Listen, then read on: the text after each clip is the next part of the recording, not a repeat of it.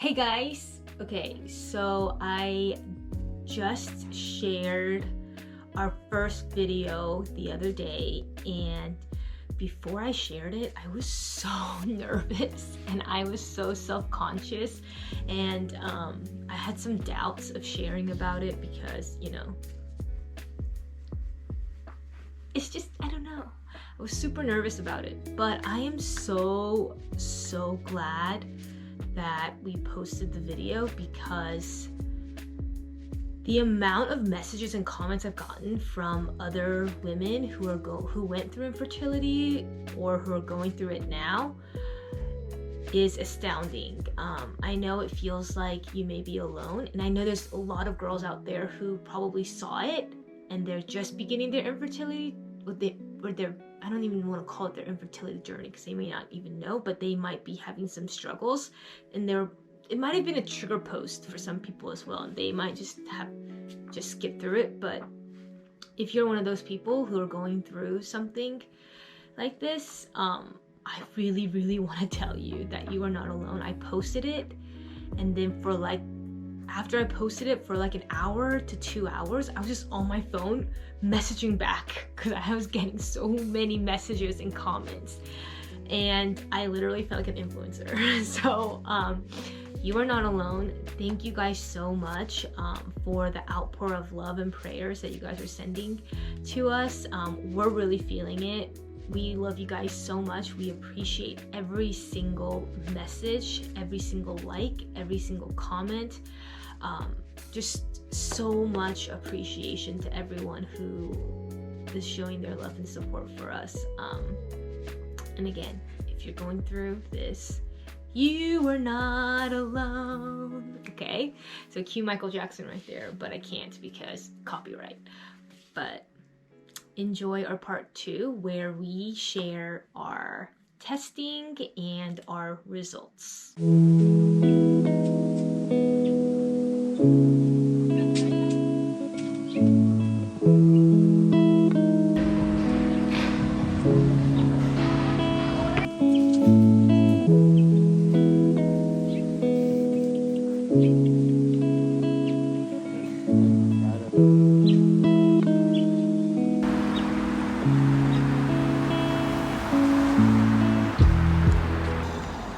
I'm super early.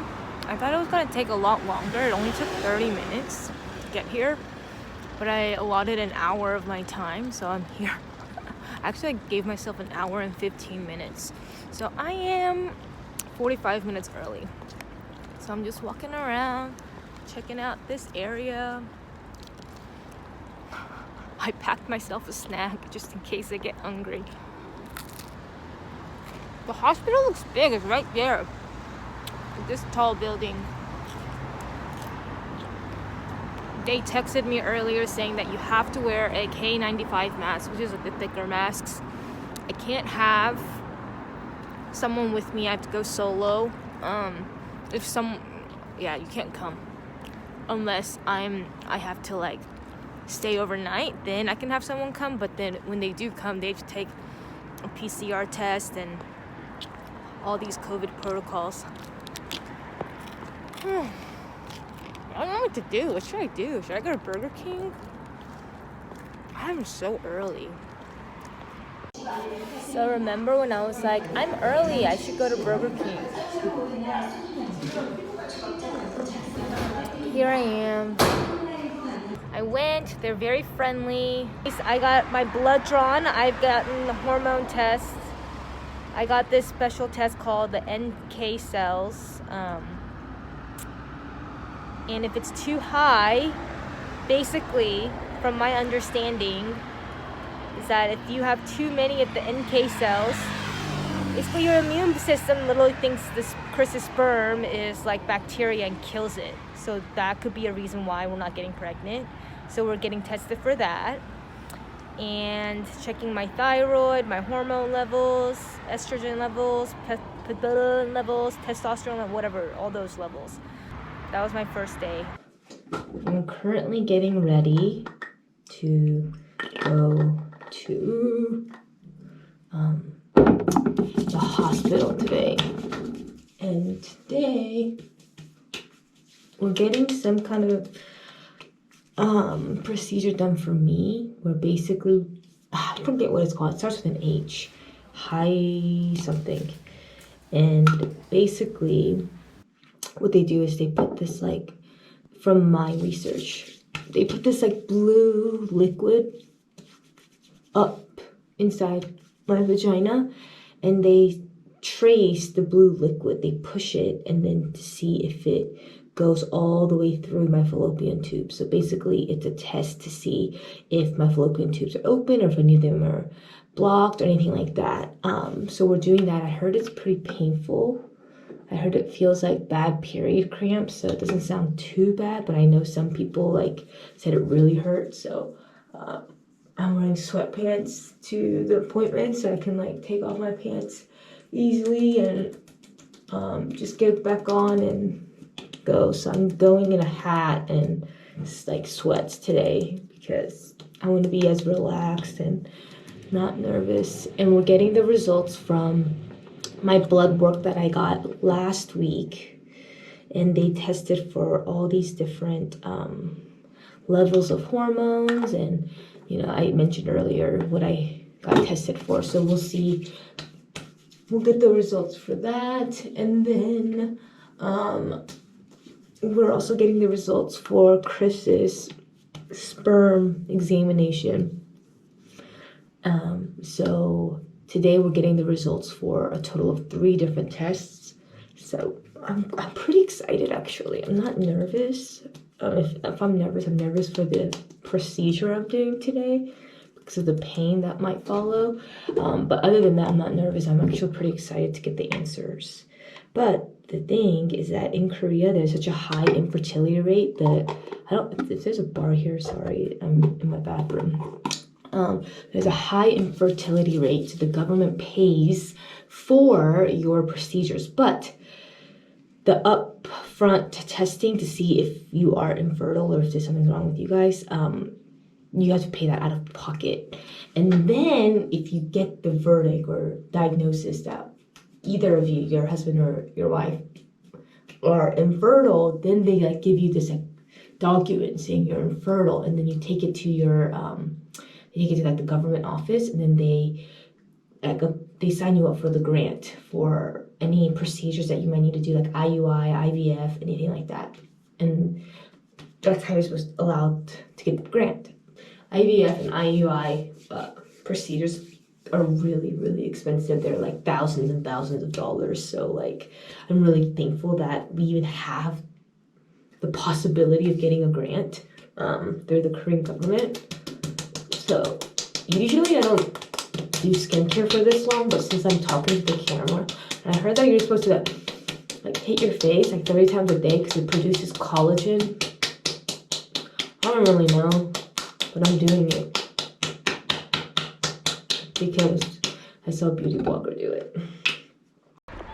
Let's go to the hospital. Chris is getting off work early. He's gonna meet me there at 11. So I'm taking the bus. It's a straight shot. It's about a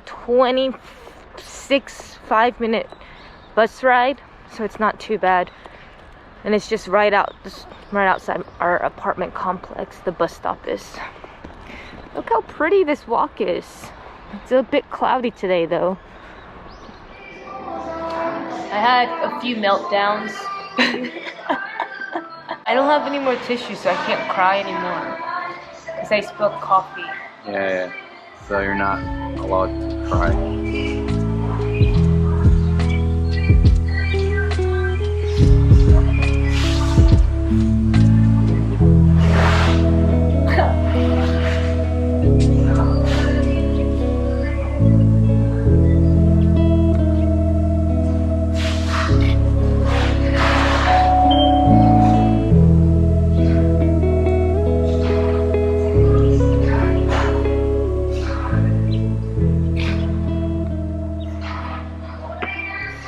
There's worse cases than us.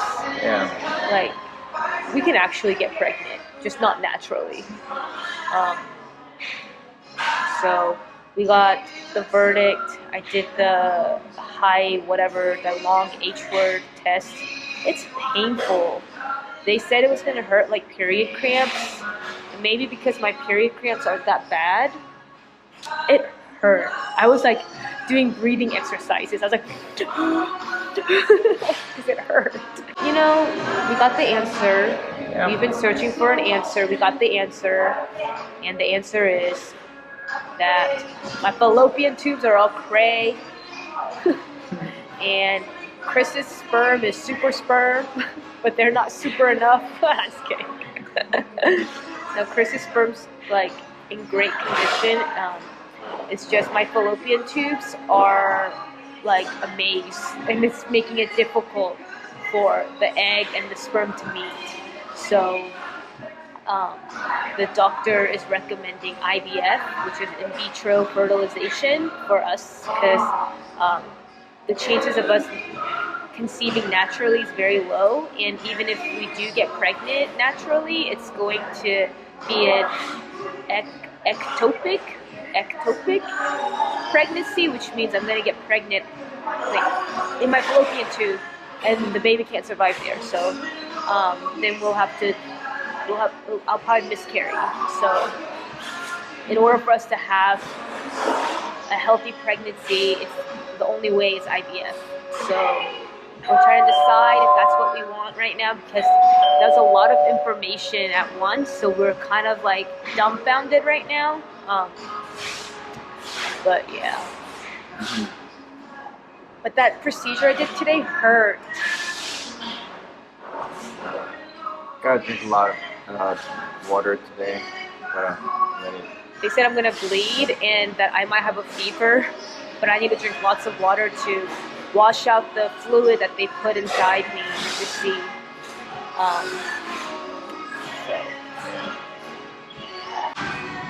So we're gonna tell our family, which is gonna be the hardest part. Tell our family and friends. I don't think anyone really prepares you for this. I mean, I was not preparing for this.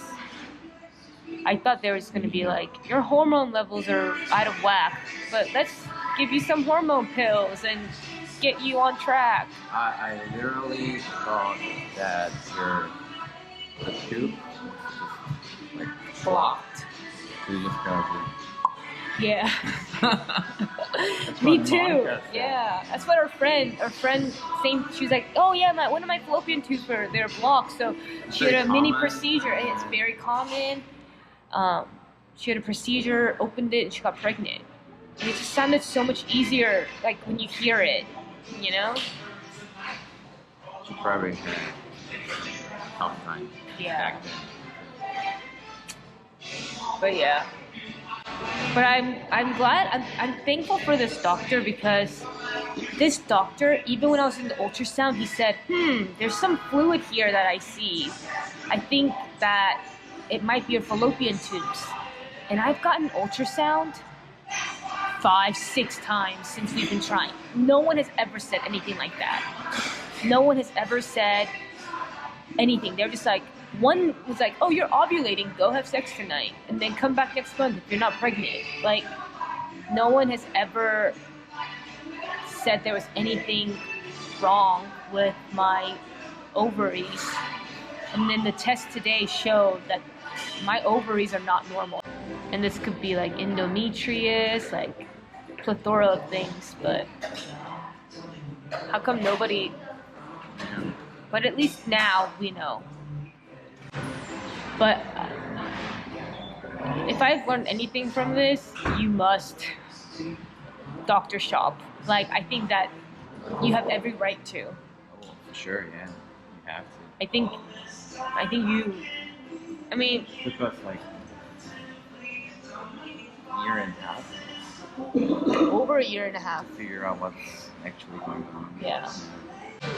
Maybe you can't see an fallopian tube through ultrasound, I don't know, but Oh, probably. yeah.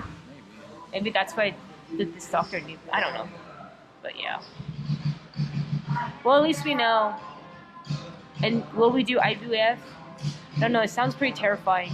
Because that little test I did today with the H whatever, that hurt.